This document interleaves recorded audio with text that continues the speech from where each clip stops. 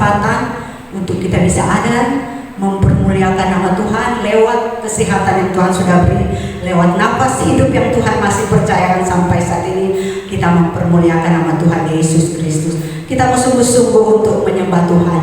Kita mau sungguh-sungguh untuk memuji dan memuliakan nama Tuhan Yesus Kristus. Kita mau angkat pujian, ku beri kemuliaan dan hormat. Sebab Dia Allah yang besar. Haleluya. Puji Tuhan.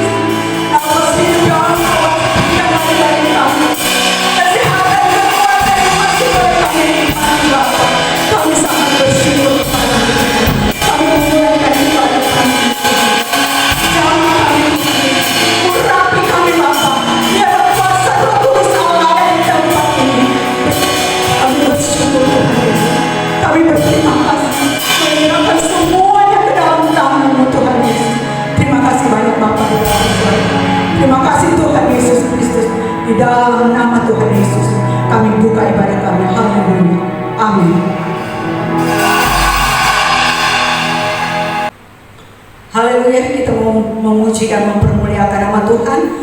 Kita mau bersorak-sorak bagi Tuhan Yesus Kristus. Allah kita sumber kekuatan kita. Tuhanlah kekuatan dan mazmur. Haleluya.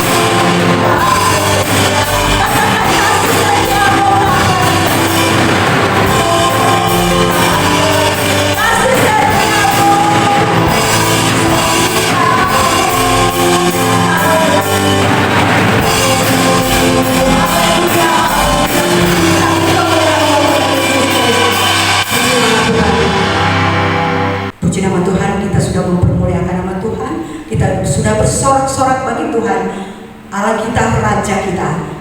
Tiba saatnya kita akan mendengarkan kebenaran firman Tuhan. Kita akan dilawati oleh firman Tuhan. Buka hati pikiran kita, dan terlebih kita mau memuji, memuliakan Tuhan. Kita mau angkat pujian, tiada pernah kuragukan kasih setiamu ya Tuhan. Haleluya.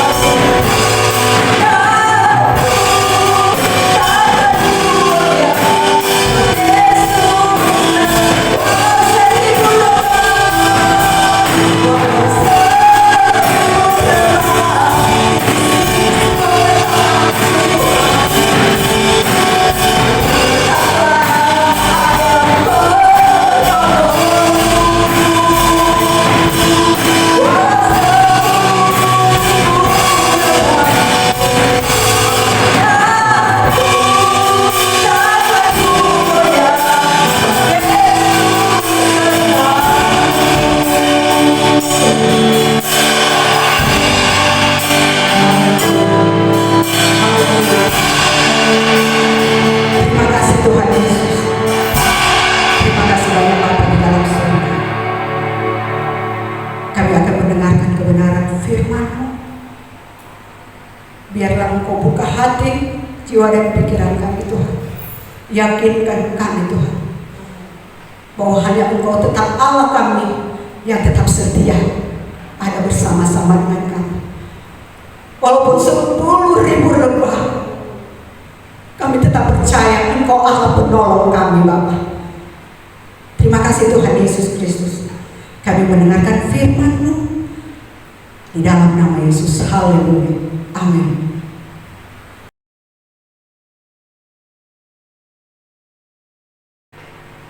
Salam sejahtera di dalam kasih Tuhan kita Yesus Kristus. Kita bersyukur bahwa oleh anugerah Tuhan kita boleh kembali berada dalam perlindungan dan pemeliharaan Tuhan di sepanjang minggu yang berjalan ini, sehingga kesempatan yang indah ini kembali lagi kita mau menikmati hadirat Allah, memuji memuliakan Tuhan, menyembah Tuhan, dan saatnya kita mau diberkati dengan kebenaran firman Allah. Firman Tuhan itu pelita bagi kaki kita, firman Tuhan itu adalah terang bagi segala jalan kita. Dalam setiap aktivitas kita, siapapun kita, latar belakang status sosial kita seperti apapun, kita memerlukan firman Tuhan. Oleh sebab itu pada kesempatan ini, dalam ibadah pagi hari ini, kita percaya ibadah kita ibadah yang penuh berkat. Kita percaya bahwa ibadah pagi ini kita mengalami dan menerima lawatan Tuhan. Dan ketika kita beribadah dengan sungguh-sungguh, kata firman Tuhan, ibadah yang disertai dengan rasa cukup itu sangat besar kuasanya. Kita akan menikmati hadirat Allah, kita akan menikmati lawatan Tuhan, kita akan menikmati mujizat Tuhan dalam setiap ibadah kita pada pagi ini. Puji Tuhan. Dan saatnya kita mau mendengarkan firman Allah yang menjadi pedoman dalam hidup kita. Firman Tuhan yang akan menuntun setiap perjalanan hidup saya dan saudara. Mari kita akan melihat dalam Alkitab kita masing-masing, kitab Mazmur pasalnya yang ke-34 ayatnya yang ke-20. Mazmur pasalnya ke-34 ayat yang ke-20 berkata begini: kemalangan orang benar banyak, tetapi Tuhan melepaskan dia dari semuanya itu. Haleluya. Kita perhatikan baik, firman Tuhan memberikan kita satu penjelasan, satu hal, bahwa kemalangan orang benar itu banyak. Membuktikan dalam kesempatan ini bahwa siapapun kita, orang yang percaya kepada Tuhan, orang yang setia kepada Tuhan, orang yang sudah beriman, apapun kita itu, baik kita sebagai jemaat biasa, sebagai pelayan Tuhan, sebagai hamba Tuhan, sebagai siapapun kita, firman Tuhan memberikan kita suatu pandangan bahwa kita tidak akan pernah lepas dari apa yang namanya kemalangan. Kemalangan mungkin bahasa yang gampang kita pahami, sesuatu yang menimpa kita tetapi kita tidak suka itu terjadi dalam diri kita. Bahkan kalau saya mengatakan dalam kesempatan ini bahwa banyak kali hidup kita diperhadapkan pada perkara-perkara, pada situasi-situasi, kondisi, keadaan, kita tidak mau menjumpai itu, kita tidak mau melewati itu, tetapi hal itu harus kita lewati, sehingga kemudian dengan kekuatan dari Tuhan tentunya kita pasti akan sanggup melewati hal-hal yang namanya kemalangan. Firman Tuhan dalam bagian yang lain berkata bahwa orang benar, orang yang mengandalkan Tuhan, orang yang selalu cari Tuhan, sekalipun melewati lembah kekelaman, dia akan menjadikan tempat itu menjadi tempat yang bermata air. Artinya bahwa hidup saya dan saudara sebagai orang benar, kita akan mampu, kita akan sanggup melewati apa yang namanya kemalangan, apa yang namanya lembah kekelaman. Nah, kita perhatikan dalam bagian ini merupakan ungkapan dan pengalaman dari seorang raja yang namanya Raja Daud. Kemalangan orang benar banyak, tetapi Tuhan melepaskan dia dari semuanya itu. Ini pengalaman Daud sendiri. Kalau kita melihat dalam dalam referensi dari kejadian ini dalam kitab 1 Samuel pasal yang ke-21 mulai ayat 10 dan seterusnya. Daud ketika sedang dalam pelarian, Daud ketika sedang dikejar-kejar oleh Raja Saul. Daud sudah diurapi sebagai raja. Daud seorang yang hidup takut akan Tuhan. Daud yang selalu melakukan kehendak Tuhan. Tapi ada orang lain yang berikhtiar untuk membunuh dia, bangsanya sendiri, itulah Raja Saul. Sehingga kemudian ketika dia berada di satu kota yang bernama Gad, dia sedang ada dalam posisi yang serba salah. Dia sedang dikejar-kejar, tapi dia sedang berada di kota atau di daerah atau di lokasinya musuh. Sehingga kemudian, perhatikan Bapak Ibu Saudara, dalam cerita ini Daud akhirnya harus berpura-pura jadi orang yang tidak waras. Kita mungkin berkata bahwa Daud memang cerdas, Daud memang pintar, Daud memang banyak akal. Tapi dari kesemuanya itu adalah bagian dari cara Tuhan untuk menolong Daud. Sehingga dalam Mazmur 34, Daud sendiri berkata, kemalangan orang itu benar itu banyak, tetapi Tuhan yang akan meluputkannya. Tuhan izinkan saya dan saudara melewati dari hari ke hari, waktu ke waktu, situasi masa-masa yang sukar hari-hari ini. Masa pandemi sekali lagi Bapak Ibu Saudara dikasih Tuhan, kita tidak akan tahu sampai kapan. Berlarut-larut, sudah setahun lebih. Bahkan saat-saat ini sedang ada penerapan PPKM darurat di Jakarta dan Pulau Bali. Sesuatu yang gak mungkin kita hindari, sesuatu yang gak mungkin kita mau berkata, Tuhan saya tidak mau melewati hal ini. Jaminan Tuhan pada pagi hari ini, firman Tuhan berkata, Tuhan akan meluputkan kita, Tuhan akan melepaskan kita. Haleluya. Tuhan akan menolong saya dan saudara. Kemalangan orang benar. Persoalannya, saya dan saudara ada dalam posisi orang benar atau tidak. Saya dan saudara ada dalam posisi orang yang percaya, yang setia, yang sungguh-sungguh kepada Tuhan atau tidak. Iman kita ini iman KTP atau iman memang sungguh-sungguh. Kekristenan kita ini kekristenan yang dari lahir hanya sekedar karena garis keturunan, atau karena memang kita anak dari orang Kristen, atau karena kita ini anak dari pendeta, dari gembala, atau memang kita punya iman ini sungguh-sungguh kepada Tuhan. Kita melihat dalam bagian ini dalam pengalaman Daud ketika dia sedang dikejar-kejar oleh musuhnya, bangsanya sendiri, Raja Saul yang cemburu kepada Daud, yang tidak suka dengan kehadiran Daud yang dianggap pahlawan oleh orang-orang Israel, sehingga kemudian dia berikhtiar untuk membunuh Raja Daud. Dalam pengejaran itu Daud sedang berada di lokasi di daerahnya musuh, sehingga dia dalam posisi yang tidak menentu. Tapi firman Tuhan berkata, kemalangan Daud orang benar, Daud ditolong oleh Tuhan. Nah, kita melihat dalam satu cerita firman Allah dalam kitab Kejadian pasalnya yang ke-26.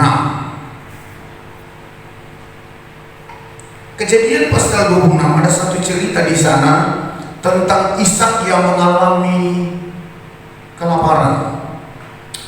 Mari kita melihat mulai ayat 1. Maka timbullah kelaparan di negeri itu. Ini bukan kelaparan yang pertama yang telah terjadi dalam zaman Abraham. Sebab itu Ishak pergi ke Gerar kepada Abimelek, raja orang Filistin. Lalu Tuhan menampakkan diri kepadanya serta berfirman, janganlah engkau pergi ke Mesir, diamlah di negeri yang akan kukatakan kepadamu. Tinggallah di negeri ini sebagai orang asing, maka aku akan menyertai engkau dan memberkati engkau. Sebab kepadamu dan kepada keturunanmu akan kuberikan seluruh negeri ini, dan aku akan menepati sumpah yang telah kuikrarkan kepada Abraham ayahmu. Aku akan membuat banyak keturunanmu seperti bintang di langit. Aku akan memberikan kepadamu keturunan seluruh negeri ini, dan oleh keturunanmu semua bangsa di bumi akan mendapat berkat. Karena Abraham telah mendengarkan firman-Ku dan memelihara kewajibannya kepadaku, yaitu segala perintah, ketetapan dan hukumku. Jadi tinggallah Ishak di Gerar. Perhatikan baik. Satu pengalaman yang gak mengenakan, satu pengalaman yang menimpa Ishak dan keluarganya serta rombongannya. Sesuatu yang dia tidak suka, terjadi kelaparan. Dia dalam posisi yang serba bingung. Dia bawa keluarga, dia bawa rombongan yang banyak. Banyak orang yang mengikuti dia. Tetapi perhatikan baik-baik, firman Tuhan datang kepada Ishak, jangan pergi ke Mesir. Tinggallah di negeri itu sebagai orang asing. Perhatikan baik, bagaimana cara kita mengatasi masalah bersama dengan Tuhan. Pertama kita melihat, kita mesti dengar-dengaran dengan perintah Tuhan. Kita mesti dengar-dengaran dengan firman Allah, dengar-dengaran dan melakukan firman Allah. Allah sampai mengingatkan Ishak sumpahnya kepada Abraham. Kenapa Allah ingat? Karena bapaknya Ishak yang namanya Abraham, kita ketahui seorang yang setia melakukan kebenaran, perintah dan ketetapan Tuhan. Dari awal Abraham keluar dari Ur Kasdim sudah dijanjikan bahwa Abraham akan diberkati, anak cucunya akan diberkati. Tapi perjalanan mereka perjalanan yang penuh masalah. Perjalanan mereka perjalanan yang Raja Daud gambarkan penuh kemalangan, penuh persoalan. Tetapi karena melakukan perintah Tuhan, karena melakukan segala ketetapan Tuhan, firman Tuhan berkata, Tuhan selalu menolong, Tuhan selalu meluputkan. Ini juga yang menjadi pengalaman Ishak. Tuhan bilang, jangan pergi ke Mesir. Rahasia mengalami pertolongan Tuhan di masa yang sukar. Pertama, jangan minta tolong kepada dunia. Pertama, jangan pakai cara dunia. Jangan pergi ke Mesir, kata Tuhan. Tinggallah di negeri itu. Jadi pertama kita melihat, jangan pakai cara dunia, jangan minta tolong kepada dunia. Yang kedua kita melihat Ishak melakukan perintah Tuhan, tinggallah di negeri itu. Sehingga kemudian kalau kita lihat dalam ayatnya yang ke-6, jadi tinggallah Ishak di Gerar. Ishak menuruti perintah Tuhan. Ishak melakukan ketetapan dan perintah Tuhan. Secara manusia, Ishak sedang berada di negeri yang sedang terjadi masa paceklik, sedang terjadi masa kelaparan yang hebat, sedang terjadi sesuatu yang mengancam nyawa mereka. Ingat cerita dalam Alkitab, kitab Rut pasal 1 ayat 1 dan seterusnya, cerita tentang keluarga Naomi. Ketika terjadi kelaparan di Bethlehem, mereka tinggalkan Bethlehem pergi ke Moab. Dia pergi bersama suaminya Elimelek, kemudian bersama kedua anak laki-lakinya Mahlon dan Kilion. Tetapi apa yang terjadi? Ketika mereka ada di Moab, matilah Elimelek suami Naomi. Ketika kita tinggalkan Tuhan, kita kehilangan kendali. Elimelek itu suami, pemimpin dalam rumah tangga. Ketika kita tinggalkan Tuhan, kita tidak bisa memimpin diri kita sendiri. Kalau engkau mau jadi pemimpin, kita harus bisa memimpin diri kita sendiri. Kita kehilangan kendali. Di Moab juga anak-anak laki-lakinya Mahlon dan Kilion. Dalam Alkitab anak laki-laki itu anak pengharapan. Mahlon dan Kilion mati. Ketika kita tinggalkan Tuhan, kita hilang pengharapan. Haleluya. Bahkan dalam bagian ayat yang lain, ketika Bethlehem sudah diberkati Tuhan, ini Naomi kembali. Orang bilang, bukankah itu Naomi? Dia bilang, jangan panggil aku Naomi, panggil aku Mara, karena yang Maha Kuasa sudah membuat kepahitan kepadaku. Perhatikan baik, ketika kita cari pertolongan kepada dunia, kita bukan diberkati, tapi kita akan mengalami hal-hal yang lebih pahit dari sebelumnya. Kita akan mengalami hal-hal yang tidak baik, bahkan kita bisa menyalahkan Tuhan. Perhatikan kesalahan Naomi, dia yang tinggalkan Bethlehem, dia yang tinggalkan rumah roti, tapi dia yang berkata Tuhan buat kepahitan kepada dia. Belajar kepada Ishak di masa yang sukar, di masa paceklik, di masa yang sulit.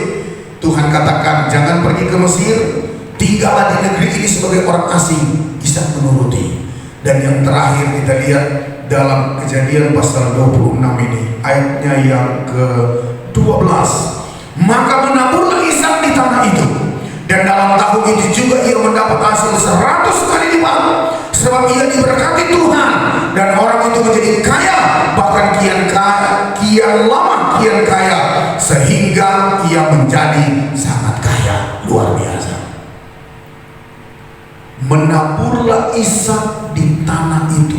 Tanah yang mana? Tanah yang sedang terjadi kelaparan. Jadi poin pertama, rahasia Ishak ditolong Tuhan di masa yang sukar, di masa yang sulit, di masa-masa paceklik. Dia tidak minta tolong kepada dunia, dia tidak lari kepada dunia ini.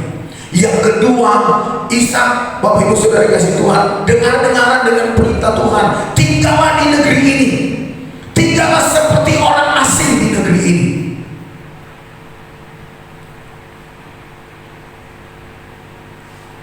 Saul, satu kesalahan dia, kesalahan besar sampai Allah menolak dia sebagai raja ketika dia nggak dengar-dengaran. Sampai Samuel bilang sama Saul, lebih baik katanya dengar-dengaran daripada korban sembelihan. Penyembahan kita, kalau zaman Israel dulu kan korban sembelihan itu sesuatu sembahan kepada Tuhan. Lebih baik dengar-dengaran daripada, ada istilah orang saya pernah baca, lebih baik 1 ons ketaatan dengar-dengaran daripada 1 ton doamu kepada Tuhan. Percuma kalau kita tidak landasi hidup kita dengan ketaatan. Percuma kalau hidup kita tidak landasi dengan kedengar-dengaran kepada Tuhan. Perhatikan baik, tinggallah di negeri ini sebagai orang asing. Maka Ishak tinggal di negeri itu poin yang kedua. Yang ketiga, Ishak tetap menabur di tanah yang sedang terjadi paceklik. Maka menaburlah Ishak di negeri itu, dan dikatakan Ishak diberkati oleh Tuhan. Ia mendapat hasil 100 kali lipat. Perhatikan baik, ketika kita terus menabur di masa yang sukar, di masa yang sulit, Allah tidak pernah bisa dibatasi untuk memberkati kita. Bapak Ibu Saudara dikasihi Tuhan, umat-umat Tuhan yang percaya kepada Tuhan, teruslah menabur di masa-masa yang sulit. Teruslah berbuat baik untuk Tuhan. Teruslah melakukan yang terbaik untuk Tuhan. Cintamu kepada Tuhan, kesetiaanmu kepada Tuhan, dalam berdoa, dalam beribadah, dalam berkorban, dalam melakukan apa yang Tuhan sudah tetapkan dalam firman Allah. Firman Tuhan berkata, Ishak diberkati, kian lama kian diberkati, kian lama kian kaya. Bahkan dia sangat kaya. Kenapa? Karena dia diberkati Tuhan. Bapak Ibu tahu dia diberkati di mana? Diberkati di tanah yang sedang terjadi kelaparan. Saya percaya di masa-masa pandemi ini, umat-umat Tuhan, kita tetap akan menikmati berkat Tuhan ketika kita tidak memakai cara dunia, kita tidak lari kepada dunia. Kemudian ketika kita tetap setia, taat dengar-dengaran pada Tuhan, dan ketika kita tetap menabur, melakukan yang baik untuk Tuhan, untuk sesama, untuk pekerjaan Tuhan. Tetaplah menabur di tanah yang sesulit pun, di masa-masa pandemi ini, masa-masa yang sukar ini. Kalau kita terus menabur, kita akan terus diberkati oleh Tuhan. Tuhan memberkati kita semua. Kemalangan orang benar banyak, tapi Tuhan akan meluputkan kita. Haleluya. Kemalangan kita sedang ada di sekitar kita. Orang-orang percaya gak bisa luput dari hal-hal yang sukar, hal-hal yang sulit hari-hari ini. Tapi ternyata ketika kita bersama dengan Tuhan, kita tidak pakai cara dunia, kita tidak lari ke Mesir, kita taat kepada perintah Tuhan. Secara manusia sedang terjadi kelaparan, secara manusia logikanya Ishak harus cari minta pertolongan. Tetapi karena Tuhan yang suruh, di tempat yang sesulit pun, di tempat yang dia tidak suka, karena itu perintah Tuhan, Ishak menurut. Dan di saat kesulitan pun Ishak menabur. Ketika dia menabur, dia diberkati oleh Tuhan. Tuhan memberkati kita semua.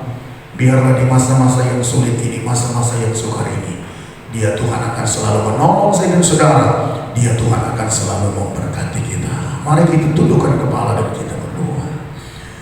Bapa di dalam sorga, di dalam nama Tuhan kami Yesus Kristus, kebenaran firman-Mu sudah disampaikan untuk kami semua.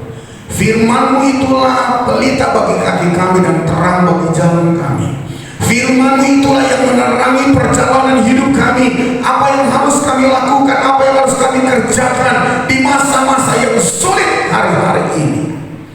Sedang terjadi penerapan PPKM darurat Tuhan, sangat membatasi kami semua, umat-umat-Mu dalam segala aktivitas kami, dalam segala pekerjaan kami, bahkan sampai ke pelayanan-pelayanan kami masing-masing. Tapi kami percaya Tuhan, firman-Mu memberkati kami. Kemalangan tidak bisa kami hindari, tapi ada Tuhan yang sanggup menolong kami. Ada Tuhan yang sanggup mengangkat kami. Ada Tuhan yang sanggup memberkati kami. Ada Tuhan yang sanggup menyatakan mujizatnya bagi kami. Asalkan kami mau hidup seturut dengan firman-Mu. Sebagaimana Ishak tidak lari ke Mesir, sebagaimana Ishak tetap tinggal di Gerar, sebagaimana itu perintah Tuhan. Ketika Ishak menabur, dia juga diberkati oleh Tuhan. Terima kasih Tuhan.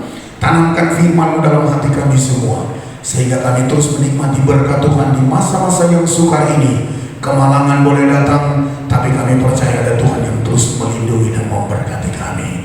Di dalam nama Tuhan Yesus Kristus. Haleluya, haleluya. Amin. Puji Tuhan. Puji Tuhan, kita akan memberikan korban persembahan sebagai rasa ungkapan syukur kita lewat kebenaran firman Tuhan yang sudah kita dengar. Kita memberikan dengan rasa syukur dengan penuh keikhlasan. Puji Tuhan, kita mau angkat pujian yang berkata, tiada berkesudahan kasih setia-Mu Tuhan. Haleluya.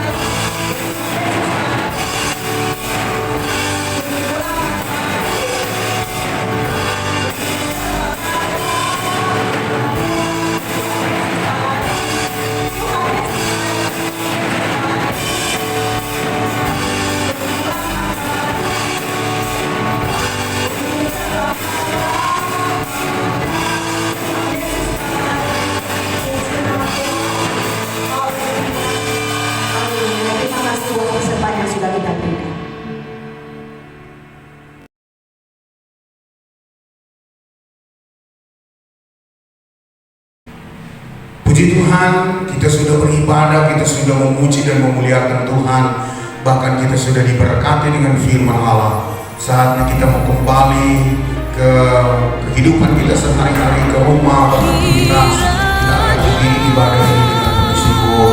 Mari kita tundukkan kepala dan kita berdoa. Terima kasih Tuhan, kami sudah beribadah, kami sudah memuji Engkau, kami sudah memuliakan nama-Mu. Kami sudah diterangi dan diberkati dengan kebenaran firman Allah yang sungguh memberi kami pencerahan, yang sungguh memberkati kami, yang sungguh menasihati dan mengajarkan kami bagaimana kami mengatasi masalah-masalah yang ada di depan kami, supaya kami muncul sebagai orang-orang yang diberkati oleh Tuhan. Diberkatilah kami semua Tuhan, diberkati pelayanan GPD Jemaat Rehoboth Korong Panjang, seluruh umat-umat yang mempercayakan pada pengembangan di tempat ini Kau berkati, rumah tangga, usaha, pekerjaan, maka pencarian mereka diberkati oleh Tuhan. Baik yang bekerja di Parung Panjang, di Jakarta, Tangerang, Bekasi, dimanapun mereka bekerja, biarlah senantiasa dalam perlindungan-Mu Bapa. Engkau Allah perisai hidup kami, Engkau Allah El Shaddai, Allah yang Maha Kuasa, yang terus memelihara hidup kami.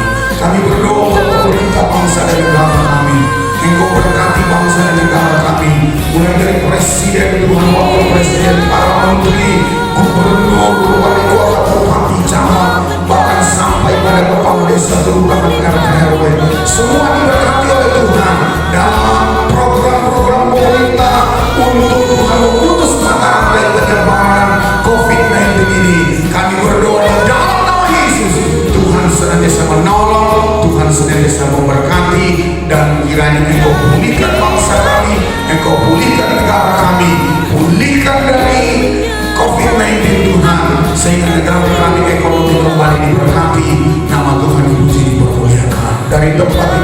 berdoa buat umat-umatmu, orang percaya siapapun yang sedang terpapar dengan COVID-19, baik yang sedang isolasi mandiri, yang sedang dirawat di rumah sakit, kami berdoa di dalam nama Tuhan Yesus, darah Yesus yang berkuasa, oleh bilur Yesus, kami berdoa mereka sudah sembuh. Terima kasih Tuhan, kami bersyukur, kami sudah beribadah, kami semua sudah diberkati Tuhan. Semua yang mengambil bagian dalam pelayanan, bentuk apapun itu juga diberkati Tuhan. Yang sudah membawa persembahan untuk gereja, yang mengembalikan milik Tuhan, semua diberkati oleh Tuhan, sehingga nama Tuhan yang dipuji dan dipermuliakan. Akhirnya kami akan mengakhiri ibadah ini dengan penuh syukur. Mari kita angkat kedua belah tangan kita berterima kasih. Kiranya berkat dari Allah, anugerah dan cinta kasih sayang dari Tuhan Yesus Kristus, persekutuan Roh Kudus menyertai kita semua. Pagi hari ini, sepanjang hari ini, sampai Tuhan Yesus datang kali yang kedua, di dalam berkat nama Tuhan Yesus Kristus. Haleluya. Amin. Dan menjawab doaku.